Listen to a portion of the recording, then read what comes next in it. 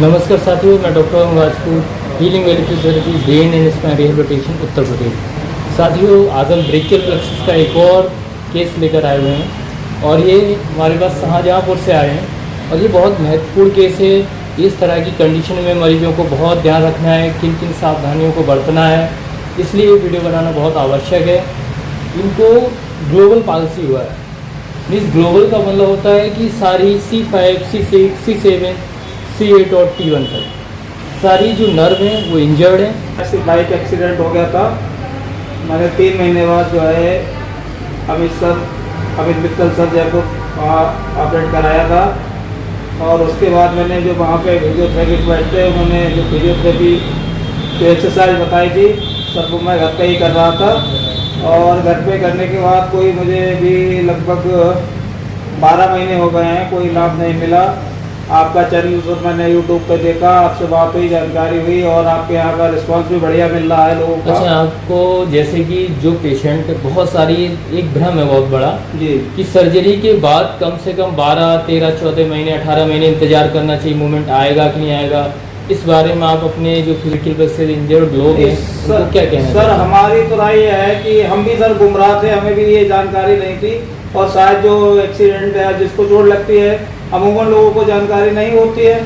तो मैं धीरे धीरे जानकारी हुई सर। हमारी तो ये राय है कि जैसे अगर एक्सीडेंट हो गया और आपका जानकारी हुई आपको कि ब्रेकियल फ्रैक्चर इंजरी है और उसमें यदि आपको सर्जरी करानी है तो सर्जरी कराने के तुरंत बाद से ही फिजियोथेरेपी का इलाज लेना चाहिए। और यदि अगर फिजियोथेरेपिस्ट बता रहा है कि सर्जरी नहीं होनी है उसमें तो भी फिजियोथेरेपी होनी है और सर्जरी होने के बाद भी फिजियोथेरेपी आवश्यक है। 3 महीने बाद इन्होंने ऑपरेट कराया हुआ है। अभी इनकी ये कंडीशन है हाथ की। साथ में क्या हुआ कि इनका जो रेडियल एल्ना बोन है इसका भी फ्रैक्चर हुआ है। तो इस कंडीशन में जो प्राथमिकता होती है फिजियोथेरेपिस्ट की वो क्या रहनी चाहिए, बहुत आवश्यक है। सबसे पहले कि स्लिंग को प्रॉपर इस्तेमाल करना है इस तरह से ताकि शोल्डर जो है वो रीलोकेट रहे, अपनी एनाटॉमिकल पोजीशन में रहे, पहला। दूसरा जो सबसे आवश्यक है वो ये है कि को जोड़ को सॉफ्ट रखना है। जो जॉइंट्स होते हैं इनकी जो रेंज हो वो स्टिफ ना हो और कॉन्ट्रैक्चर को बचाना होता है। इस कंडीशन में क्या हुआ कि इनको जब इंजरी हुआ तो शोल्डर का मसल वेस्टिंग हो गया है, बाइसेप, ट्राइसेप और रिस्ट आप देख रहे हैं ड्रॉप है। साथ में आपकी जो थिनार और हाइपोथिनार की आप कंडीशन देख रहे हैं ये वेस्टिंग में जा चुकी हैं। लेकिन इस केस में जो हमें फिजियोथेरेपी करनी है वो पहले शोल्डर का मूवमेंट और फिर बाइसेप, ये मूवमेंट लाने पे हम काम करेंगे। और इनका जो रिस्ट है और जो हैंड है इसके लिए इनको फर्दर ऑपरेशन के लिए जाना पड़ेगा। एक ऑपरेशन हो चुका है और दूसरा ऑपरेशन जो होगा वो उसे बोलते हैं फ्री फंक्शनल मसल ट्रांसफ़र, वो किया जाएगा।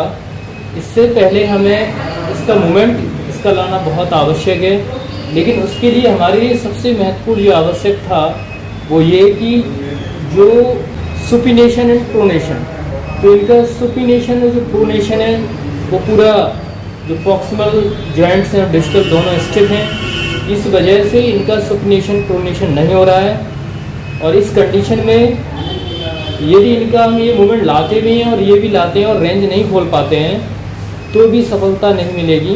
लेकिन हम कोशिश करेंगे कि अभी इनकी रेंज खुले। जो भी फिजियोथेरेपिस्ट थे उस समय इन्हें परामर्श दिया था उनको ये ध्यान रखना चाहिए था कि पेशेंट को सुपिनेशन और प्रोनेशन की जो एक्सरसाइज हैं ताकि ये जो जॉइंट्स हैं वो लॉक ना हो। एटलीस्ट कम से कम इतना होता कि पेशेंट का जो जोड़ होता वो उसकी रेंज थी वो मेंटेन बनी रहती, उसमें जकड़ नहीं आती। तो जो फ्री फंक्शनल ट्रांसफर जो दूसरी सर्जरी की जाती वो सफल होती। फिर भी हम कोशिश करेंगे। और हैंड की आप कंडीशन देख ही चुके हैं, एक तरह से क्लॉनस की कंडीशन आ चुकी है। एफ हैंड बोलते हैं इस कंडीशन को, जब मसल वेस्टिंग हो जाता है, थिनार एंड हाइपोथिनार। आप यदि इस तरह की इंजरी से ग्रसित हैं तो ऑपरेशन के तुरंत बाद आपको फिजियोथेरेपी इलाज लेना बहुत आवश्यक है। उसके 2 कारण हैं इलाज लेने के सबसे महत्वपूर्ण आपके लिए। पहला कि आपका कॉन्ट्रैक्शन ना बने कहीं और दूसरा जोड़ स्टिफ ना हो। तीसरी कंडीशन जब होती है कि तीसरी फ़ायदे ये होते हैं कि मसल की जो हमारी 0 ग्रेड में मसल है या 1 ग्रेड में, 2 में, 3 में, उन पर काम करना होता है।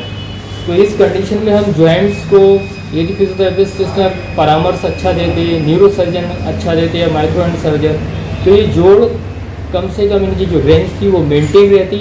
इनके द्वारा ये जो गलती हुई है, क्योंकि इनको तो ये जानकारी नहीं थी, ये जो नैतिक जिम्मेदारी होती है एक सर्जन की या जो फिजियोथेरेपिस्ट की, वो इनको देनी चाहिए थी। इसके कारण पेशेंट को नुकसान हुआ है। तो आप लोग इस तरह की गलती ना करें। यदि आपको नर्व इंजरी के साथ किसी बोन की फ्रैक्चर है, हड्डी टूटी हुई है, तो उसके जो प्रॉक्सिमल जो जॉइंट्स होते हैं वो ज़रूर स्टिफ होंगे। उन जोड़ को खोलने के लिए आपको एक्सरसाइज अलग से करनी चाहिए और जो थेरेपिस्ट है उनको परामर्श देना चाहिए। अब आप देख रहे हैं कि इसमें पूरा मसल वेस्टिंग हो चुका है। हम इस पर काम करेंगे। मैंने फिर से दोहराना चाहूँगा कि इस तरह के केस में केवल शोल्डर और बाइसेप और ट्राइसेप के मूवमेंट्स लाने में अभी सफलता मिल सकती है, और जो हमारे एल्बो से नीचे है अभी जब तक इसमें ऑपरेशन नहीं होता है, थेरेपी से केवल एक ही लाभ होगा, वो कि इनके जोड़ स्टिफ ना हो और कॉन्ट्रैक्चर बढ़े नहीं।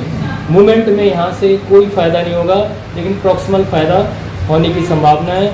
और जब तक ये सर्जरी ये मूवमेंट नहीं आते हैं, इससे पहले ये ऑपरेशन कराने का भी कोई फ़ायदा नहीं। तो जो भी पेशेंट इस तरह की इंजरी से, ग्लोबल पाल्सी से ग्रसित हैं, उनको ध्यान रखना है कि ऑपरेशन होने के तुरंत बाद फिजियोथेरेपी इलाज लेना है।